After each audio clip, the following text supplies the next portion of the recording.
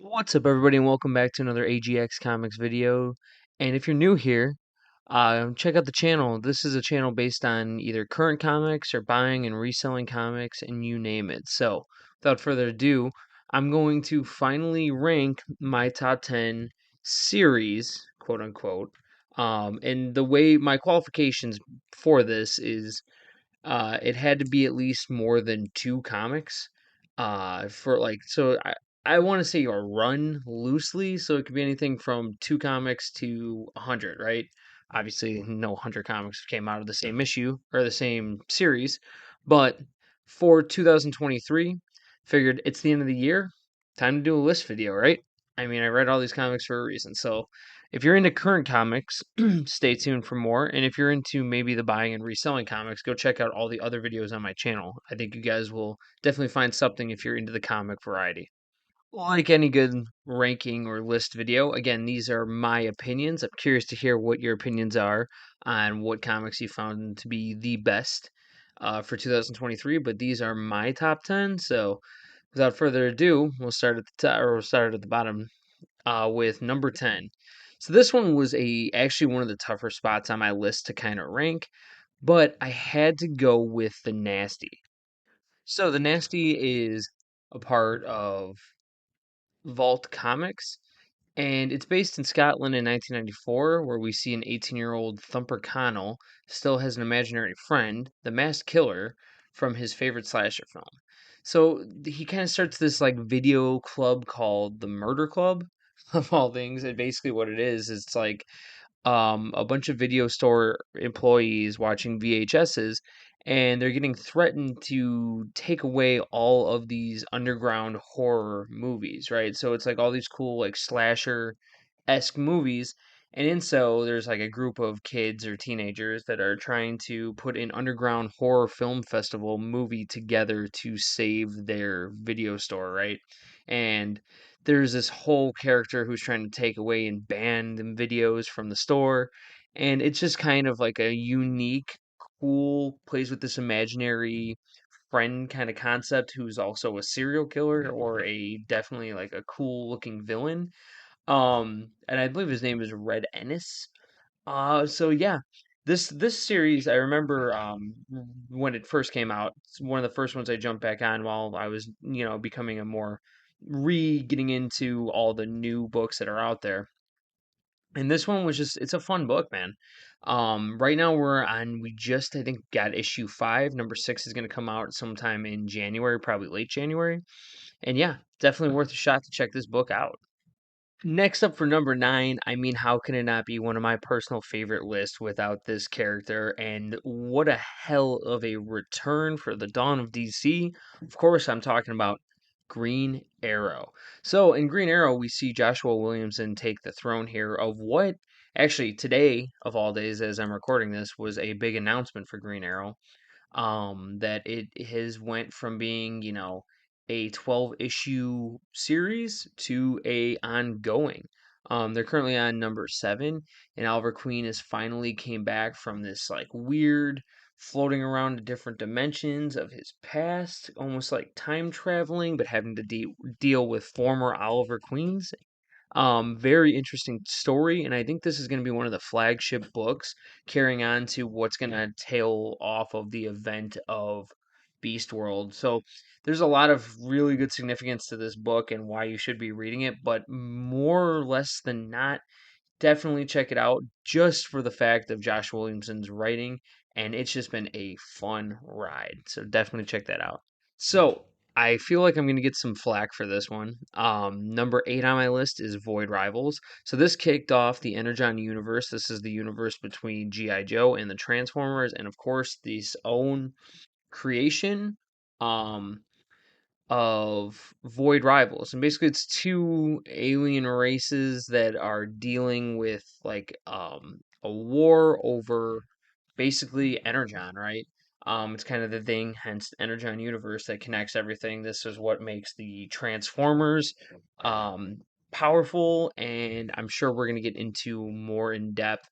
But what's really cool about this, one was the launch like how it came about. Like Kirkman just dropped this book, no titling whatsoever. You did not know that this was going to be a book that was going to be a part and essential in the story of the Energon universe. But with Kirkman comes fucking greatness, and of course he delivered by giving us this treat. Check it out if you haven't.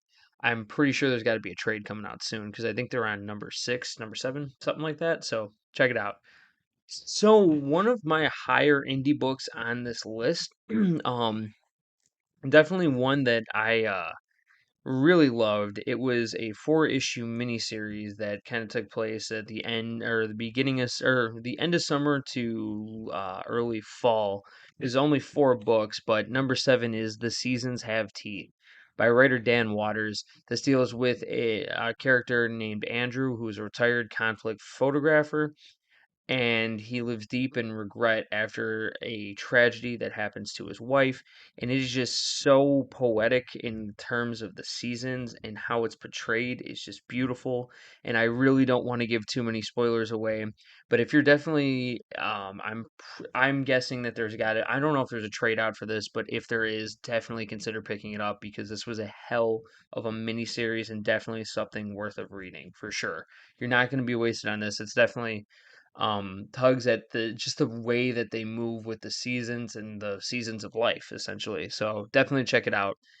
Definitely a interesting read. At number 6, of course, Mark Waid, one of the best DC series, in my opinion, has to be Batman and Superman World's Finest. I mean, right now I know this is like a continuation of years prior. Um but damn if this book is not good. Right now, I believe they're at currently issue 22 or 23, if I'm not mistaken. And man, there's been some really cool stuff with the AI arc. It's kind of where like this year was taking us. So there's just so much to this book to not check out. And I feel like Mark Waid delivers a style that's how do you, like very unique how he could take an older concept of like his kind of like silver age world and bring it into current times. It's definitely like, I know a lot of people out there, I've heard like this is the way it should be written and stuff, but I think it's like really a unique talent that he has to bring characters like this. I know he's done the World's Finest Teen Titans. I really haven't been reading that one. I read the first issue, wasn't as psyched up about it. I'm not a huge Titans fan, so maybe that's why it didn't appeal to me as much. But the Silver Age Batman and Superman, dude, what are you doing? Check it out. I mean, it's sick. Just check it out. Next up is number 5, and I kind of put like when I was doing this list, I kind of threw this one. I knew this one needed to be on my list because of how much I loved it this year. But I didn't know where to put it. It was tough to rank this one, but at number 5, right down the middle here, is actually Venom Lethal Protector Volume 2, I believe it was, by David Michelini. Kind of like in the same vein as Batman and Superman World's Finest. Here we see McLeany write for Venom, and goddamn, I know this was the summer quote unquote of the symbiotes, but this really took the cake. This book was definitely cool because we kind of had this old school way of writing the Venom character and the Lethal Protector stuff. I kind of really love it. I love the like that's one of my favorite characters. Obviously, I just did a Venom video before this one just dropped. And yeah, it's definitely a character I am a huge fan of, and it was really cool, especially because that was the first Venom jumping on point for me. And I actually went back and collected different variant covers of this book because I was just it's so cool. So check it out. I thought it was a good place to put it number 5 for me personally. The stuff it's a good retelling in a new story set. Just check it out and I think you guys will not be disappointed. Okay, so next up at number 4. Again, a little bit like I feel like I've kind of added a lot of different ones here, but if you're not reading this, I'm actually this volume particularly, right? Because again, I kind of jumped back into reading current comics this year. Really took a hold of me in a way of like really liking this character way more than I ever thought I did before. I know for a fact before, but it's the current volume of Green Lantern. This is volume number 7. This was launched again, kind of like with the Green Arrow and numerous other ones. But this one, out of all of them, stood out the most. And Green Arrow is my favorite character, so me putting Green Lantern way up here, it's been good. It's been damn good, to say the least. Like really freaking good. In this one, right, we have the writer Jeremy Adams, right? And Jeremy Adams has done a phenomenal job of reintroducing Hal Jordan into the dawn of DC. The what I almost said fragile rebirth. I don't know how you want me to how to properly put that, but let me tell you, this series is not disappointing at all, right? We have Hal Jordan currently battling Sinestro with actually I what was it, number 6 that just came out? And dude, they're doing some really good stuff. I love the artwork, especially the current one where they have the two constructs, the red and green, battling each other, and it's really cool, really cool. And I'm curious to see where this book is gonna go. Like I could see like the big announcement from Green Arrow being announced as an ongoing. I don't know if this is good. Like this is gonna be an ongoing series as well for Green Lantern. So we're gonna see. I'm guessing we're gonna get some more Waller stuff coming up. I don't know yet, but Sinestro, I'm loving it. The constructs, obviously dope. Don't want to give again. This list isn't about me giving spoilers. Just like, hey, these are my top 10. These are the books I look forward to the most every time they come out for the new comic book week. So do yourself a favor and check this one out. All right, so now we're moving into my top 3 comic books of 2023. So, number 3, I had to go with this one. We have the Incredible Hulk making his return. And I'm going to, because I know number 7 came out and I have not read it yet. Or is it 7 or no? I think it's 6. I forgot which one it is. But I know it's in my reading pile as I got so many that are backed up here. But let me tell you, this Age of Monsters, this is going to a scarier type of Hulk, right? This is like a monster. I mean, I know it's titled, the first arc is called Age of Monsters, and it's so cool. We have this like young girl, I forgot her name, but the sidekick who is not actually like obnoxious, not forced in there, kind of writes very well into the story, and definitely something that was pretty cool. I was blown away by this. I was really like for it to make my top 3, and I wouldn't say I'm the biggest Hulk fan. I know this is like I might be saying this a lot, but this particular run has been phenomenal.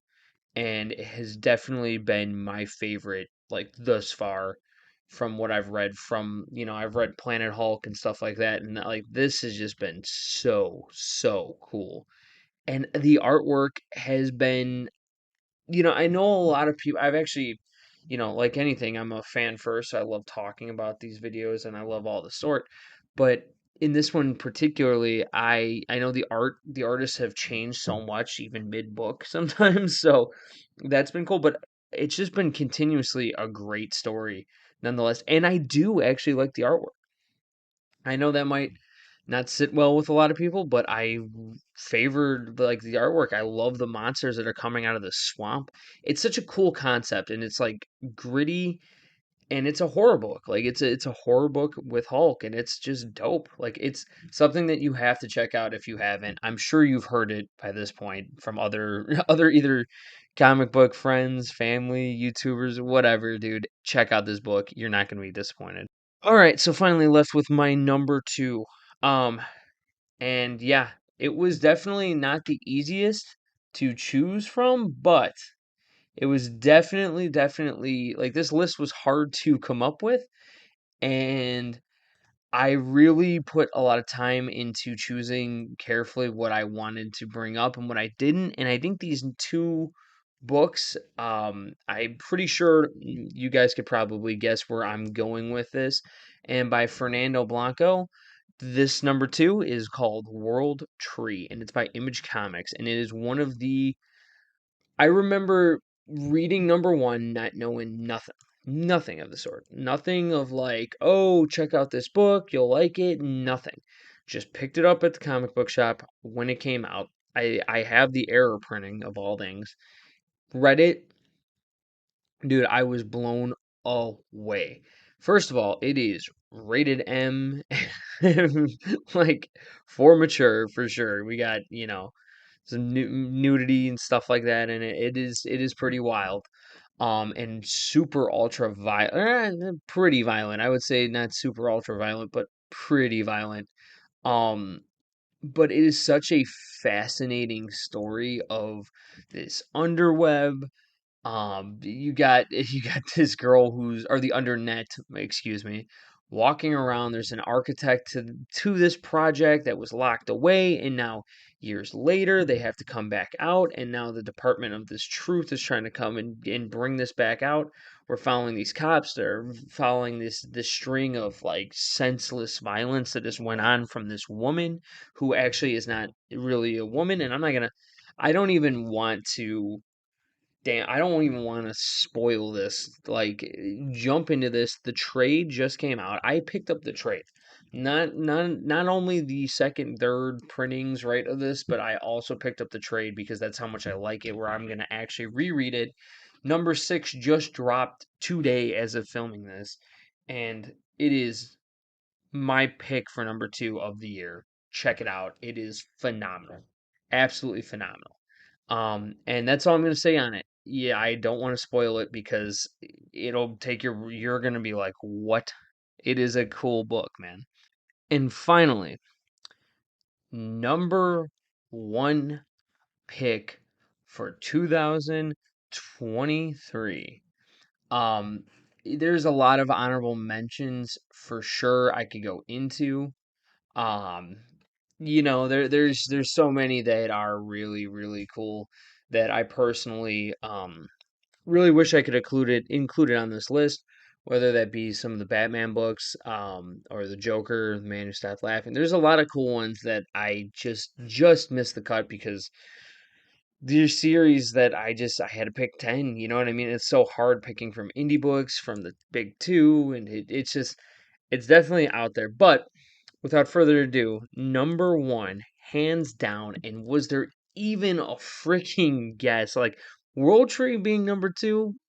Okay, I think you guys could figure out what number one is, and that is Transformers.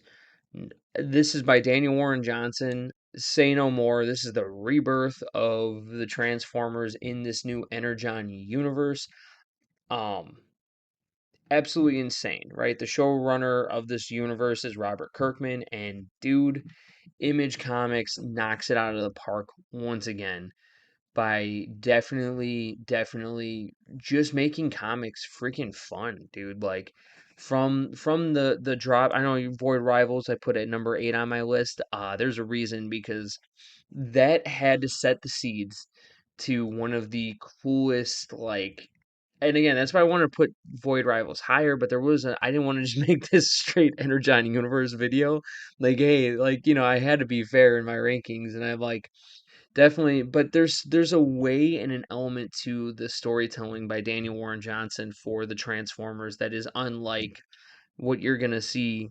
Like it's something that I think people who are fans of the Transformers have wanted to see for a long time, and that's a more adult approach where, like, if you know Decepticons were here on Earth, what would they do? Well, spoiler alert, they would be, menacing, and they would kill, right?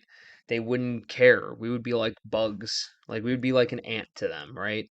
And it's just so cool to see how that all plays out, and like there's that element of them learning who we are, and us learning who, as humans, and the humans learning who the Transformers are, that you're just not seeing. Like, it's beautiful. Like, it's, as a Transformers fan or even a GI Joe fan, it's just been a hell of a ride, and this whole thing had to be number one because Transformers, it's just been that first issue, dude. Like, come on. even I'll put it to you this way. This is how I knew to put Transformers number one. My dad is a big Transformers fan, right? Um, but he doesn't read comics. And he's not really in. I know he's more into like Star Wars books, like, and not Star Wars comic books, but Star Wars like graphic, like, not graphic, but just novels, right? Like the novelization stuff.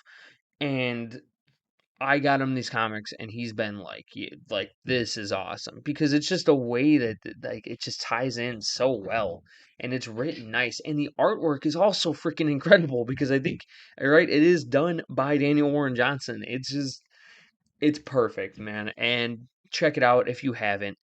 And if you made it all the way to this part in the video, if I will ask you to do me a huge favor.